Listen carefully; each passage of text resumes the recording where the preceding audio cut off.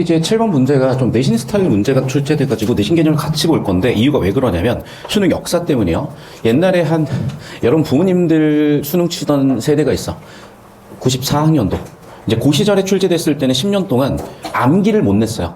그러다가 2014학년도부터 한 10년 전쯤부터 수능에 암기를 바탕으로 문제를 출제를 하기 시작했고 그 시절 문제부터 지금의 문법 문제라고 보시면 되는데 그 시절 문제 중에서 초기 문제들은 완전히 좀 내신틱했고 요즘은 되게 문제가 어려워졌고 그 어려워졌다는 측면이 뭐냐면 생각할 게 많아졌는데 그건 차차 적응이 되실 거고 여기서는 개념 정리가 말 나온 김에 나와서 우리 고1 학생들 듣고 있는 수업이니까 내신 개념 정리로 훈민정음 제자 원리를 좀 떼서 설명을 할게요.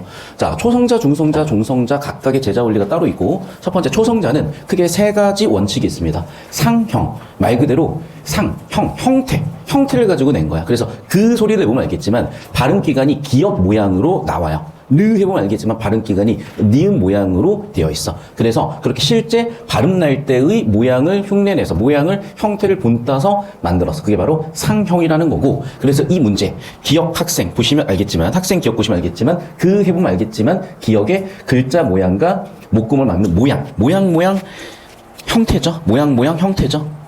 그래서 기역의 글자 모양과 목금 막는 모양이 비슷했고 그래서 기역을 그 형태로 썼다라는 거 나왔고 두 번째는 뭐냐면 천지인 얘네는 아까도 설명드렸지만 중성자 제자 원리야. 그래서 차근차근 다시 한번 드리면 상형이라는 걸 자 이제 이렇게 보자. 이거 내신에서 어떻게 나올 거냐? 자 이렇게 나올 거예요. 서술형에서 초성자의 제자 원리 세 가지를 쓰시오 이렇게 나올 거예요. 여기서 더 심화로 나오면 초성자의 제자 원리 세 가지에 대해서 서술하시오 이렇게 나올 거야. 그래서 일단 제가 아예 다 지워놓고 쓰라는 건 너무 막막하니까 빈칸을 뚫어놓은 거고 여러분이 여기를 빈칸을 지금 채우세요. 2분 드립니다. 그 다음에 제가 쓴 거 한 번 더 써서 교정하세요. 이게 서술형 첨삭이야. 자, 그래서 첫 번째 서술형 문제는 초성자의 제자 원리 세 가지를 쓰고 서술하시오야. 힌트 다 줬다. 두 번째, 중성자의 제자 원리 세 가지를 쓰시고 서술하시오야. 세 번째, 종성자의 제자 원리 크게 두 가지를 쓰시고 서술하시오야. 잠깐 그래서 필기하시고 아까도 얘기했었죠.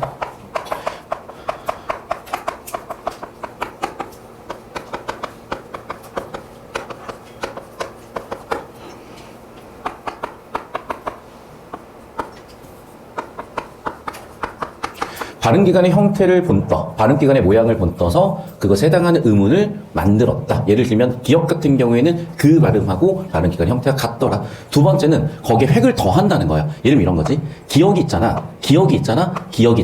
예를 들면 기역에다가 획을 하나 추가한 거예요. 이렇게. 이해되셨죠? 또는 예를 들면 이런 거지. 자, 니은이 있잖아. 예를 들면 니은 같은 경우에도 이렇게 해서 디귿을 만들었다. 이런 사람들 근데 요거는 좀 정확하지 않은 표현인 거고 방금 얘기했지만 요런 것들. 그 다음에 지읒도 마찬가지죠. 지읒에 뭐가 추가? 위쪽에 하나 추가. 치읒. 요런 것들이 이제 가획인 거야. 자, 그럼 이제 이런 거야 이제. 우리가 아까 기역에서 쌍기역으로 가는 건 그럼 뭐지? 자, 이게 바로 각자병서예요. 각자병서는 뭐냐면 원래 하나가 있잖아. 각자. 똑같은 각각의 글자를 병서. 나란히 쓰는 거야. 자, 그대로 풀어쓰자. 그래서 뭐라고? 각자. 똑같은 각각의 글자를 나란히 쓰는 거. 그래서 각자, 병, 쓰다까지 서. 각자 병서 요겁니다. 됐죠? 두 번째, 합용변서.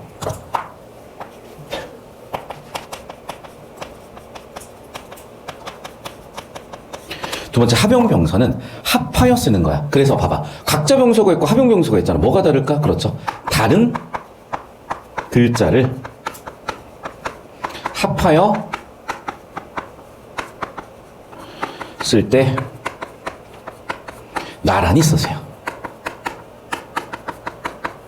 그래서 정리하면 다른 글자를 합하였을 때 사용할 때, 쓸 때, 나란히, 병, 쓰다, 서. 됐죠? 다른 글자를 합하였을 때 나란히 쓰다 우리가 아까 봤다시피 예를 들면 요런 애들 보시면 되겠죠.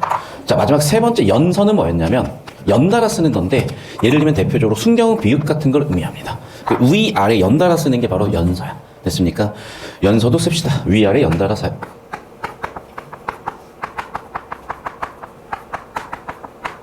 줄여서 뭐라고 한다? 연서라고 한다. 되셨죠? 여기까지 초성자 제자 원리고요. 자, 두 번째 중성자 제자 원리로 갈 건데 제가 이것도 이미 한번 설명드렸죠. 천지인. 그래서 세상 만물을 천지인으로 표현했고 양성모음, 음성모음, 중성모음이 여기서 나왔다는 거 다들 표현되셨죠? 자, 그래서 천지인은 굳이 서술하라면 두 가지 워딩이 들어가면 되는데 첫 번째는 세상 만물의 이라는 표현. 두 번째는 이치를 담으려고 했어요. 세상 만물의 이치를 담음. 여기서 추가적으로 들어갈 거는 그래서 양과 그리고 사람의 조화라고 해주시면 되겠죠. 그래서 양은 여기서 뭐라고? 천. 얘가 양. 하늘, 천체. 두 번째, 음은 뭐라고? 지. 세 번째, 사람은 요놈. 됐죠? 그래서 천지인 이렇게 표현됐다는 거 알고 계실 거고 다시 한번 천체, 천. 두 번째, 밑에 깔고 있는 땅, 지. 세 번째, 사람은 그 사이에 서 있는 존재니까 천지인 이렇게 기억하시면 되겠어요. 자, 그럼 일단 천지인을 만들어 놓고 이제 뭐 한 거냐? 천지인 세 개를 조합한 거야. 합성한 거야. 그래서 천지인의 기본자를 합성하여서 만들어요. 그러니까 예를 들어 이런 거죠. 얘는 뭐겠니? 그러면 이제 5가 되겠죠. 그래서 지와 천을 합성해서 5가 됐고 그 다음에 지와 천을 합성했는데 아래로 가서 우가 됐겠죠. 이런 거야. 여기까지 이해되셨습니까? 그 다음에 인과 천을 합성해서 어가 됐을 거고 인과 천을 합성해서 아가 됐겠죠. 그럼 여기서 끝나는 게 아니라 예를 들면 이런 거야 이제. 합용은 뭐야? 그렇게 만들어진 합성자를 함께 사용하는 거야. 함께 사용한다 그래서 합용. 자, 그럼 합용 역시 마찬가지. 얘는 어떻게 하면 되겠어요? 그러면 오랑 와가 쓰였으니까 와가 되겠죠. 이해되셨죠? 여기까지 중성자 제자 원리입니다. 이제 마지막 종성자 제자 원리인데 종성자 제자 원리는 종성, 부용, 초성이라고 해. 종성은 부용, 다시 쓴다. 뭐를? 초성을. 그래서 종성, 다시 쓴다. 다시 붙자. 쓰다, 사용할 때 용자, 초성. 종성, 부용, 초성. 정리하시면 되겠어요. 자, 이제 마지막 팔종성은 이렇게 쓰였는데 나중에 팔종성에서 현대국어로 넘어옴에 따라서 디귿과 시옷 구분이 안 되기 시작을 해. 구분이 안 되기 시작을 하면서 뭐로 합쳐지기 시작을 하냐? 디귿으로 합쳐져 버린 거야.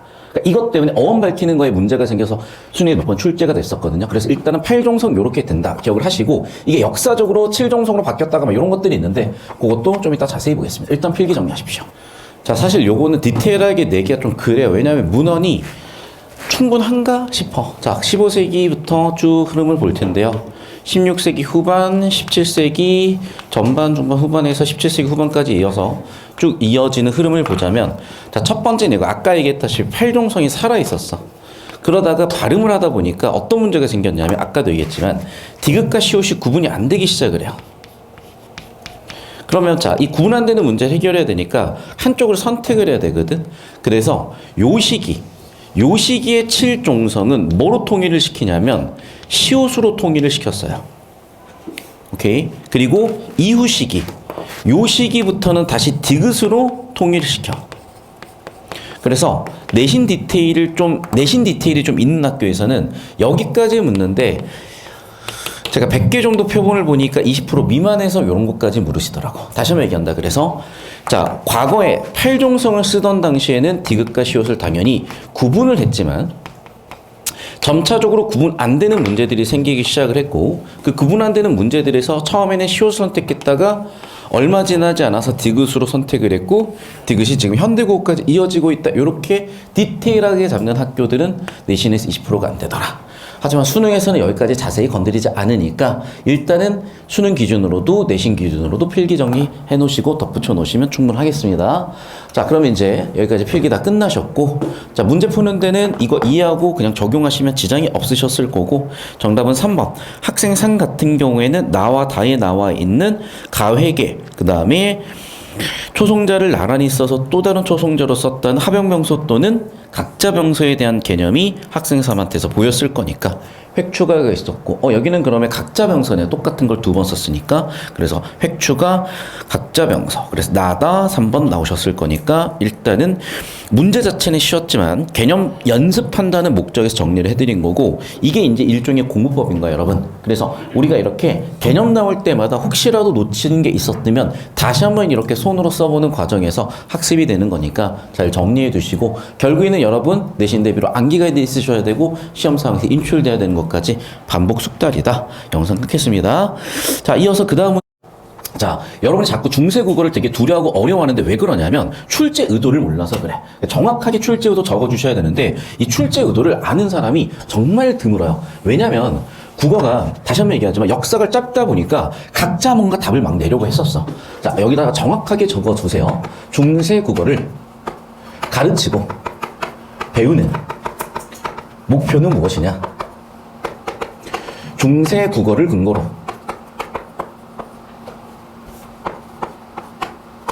논리적으로 설명이 힘든 현대 국어의 문법 현상들을 규명한다. 우리가 중세 국어를 공부하잖아. 그러면 훈민정음 그러면서 상징적인 광화문 광장의 이순신 장군하고 세종대왕을 떠올린단 말이야. 거기 가서 당연히 조상의 얼 지키실 수 있죠. 그런데 우리가 훈민정음을 공부하면 갑자기 세종대왕님 정말 대단하신 분이고 난 얼이 생겨나고 나는 조선의 후예고 이런 생각이 그 누구가 떠오르냐고. 그거는 사실은 웃기는 옛날 얘기고 현대에서는 그냥 이거야. 무슨 얘기냐? 우리가 과학을 한다는 건요. 학문을 한다는 거는 항상 이거야. 근거 플러스 주장이야. 그러면 현대 문법을 분석하는 학자들이 되게 어려움을 겪는 이유는 뭐냐? 논리적으로 설명 안 되는 문법 현상들이 있어. 어떻게 설명을 할까? 그 근거가 바로 중세 국어라는 거야. 반대로 중세 국어를 규명하거나 연구한 학자들에게 현대 국어가 또 근거가 될 수도 있겠죠. 그래서 반대로 현대 국어를 근거로 중세 국어를 설명하는 그런 견해들도 있어요. 그러니까 요거야. 그럼 결국에는 항상 수능 문제는 어떻게 출제가 되냐? 간단하게 이렇게 출제가 됩니다. 현대 국어 비교 출원이야. 그러니까 여러분 자꾸 뭘 외워야 풀린다고 생각을 하시는데 현대 국어 비교 출원이 80% 이상이고요. 개념 암기는 20%밖에 안 되는데 그것도 그냥 구개념에서 끝이야. 이렇게 푸시는 거예요. 이해되셨어요? 자, 그럼 문제 풀 때 어떻게 하라는 거냐면 이런 거야. 여러분이 여기에서 여기에 시옷이 쓰였네? 이 시옷은 관형격 조사야. 관형격 조사 중에 유정명사냐 무정명사냐에 따라서 양성모음이냐 음성모음이냐에 따라서 무정명사냐에 따라서 높임의 대상이냐에 따라서 뭐가 쓰일지는 달라져. 요딴 걸 외울 필요가 전혀 없다고. 그러니까 내신 대비하는 친구들 중에 학교 선생님들께서 요 표를 내셔요. 자, 사람이나 동물 유정명사야. 유정명사하면서 양성모음이니까 아래가 쓰이는 거야. 양성모음끼리 어울려 써야 되니까. 유정명사하면서 음성모음이 뒤에 오면 모음 조화에 의해서 음성 모음이 마이너스 의가 쓰여야 되는 거야. 세 번째, 높임, 정확하게는 유정명사 중에 동물은 높임의 대상이 아니니까. 그러니까 일단 높임의 대상이 쓰이면 양성 모음이든 음성 모음이든 관용격 조사 시옷이고, 무정명사면 얘도 시옷이야. 이거를 내신 학교에서 외우라는 학교들이 15% 미만이라 그랬었고, 다시 한번 얘기하지만 수능에서는 그런 거를 외워서 풀라고 내는 게 아니라 아예 여기에 지금 여러분 두 눈으로 그냥 보시면 나와 있잖아요. 이렇게 현대국어로 비교 출원하라고. 현대국어로 비교 출원 부태가 부처겠구나. 그러면 시옷이 뭐겠어? 의 같은 게 있어야 될 거 아니에요. 선생님, 부처의 텨가 천지 어떻게 합니까? 텨 뭐겠어? 구개음화 정도를 추론할 수 있어야 되는 거야. 이해되셨어? 구개음화, 디귿티읕, 치조음이 이 모음 만나서 혀가 뒤로 말리니까 드트를 이 하면서 드트 해봐. 뒤트가 된다고. 이해됐어? 그래서 구개음화 때문에 트가 트가 된 거죠.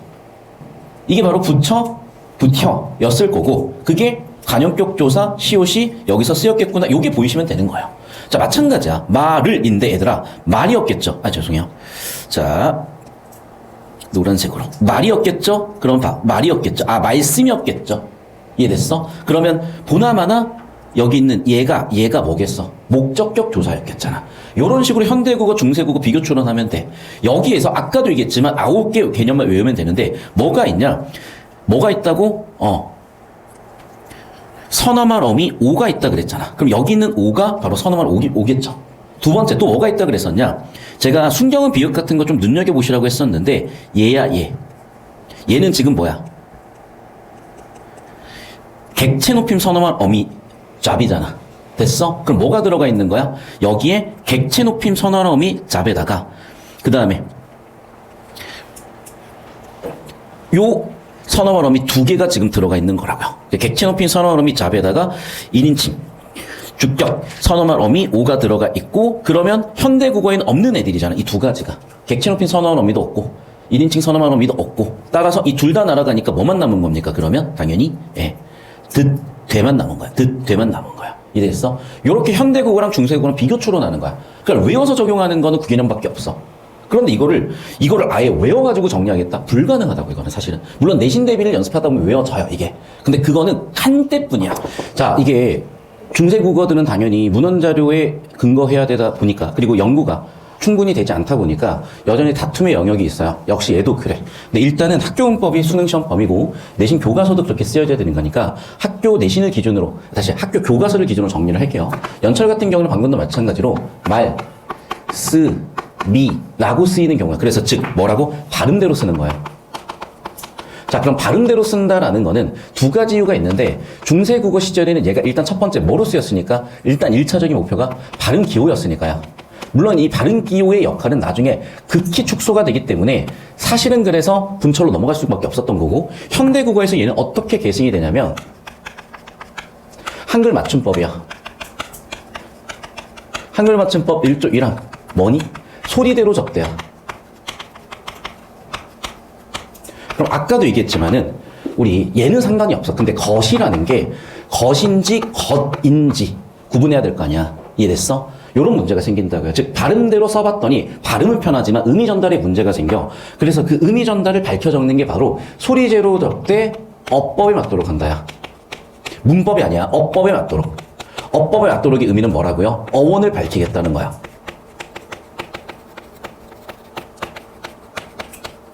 그래서 어원을 밝혀 적을 필요가 있을 때는 어원을 밝혀 적으셔야 돼요. 그래야지 의미 전달이 돼.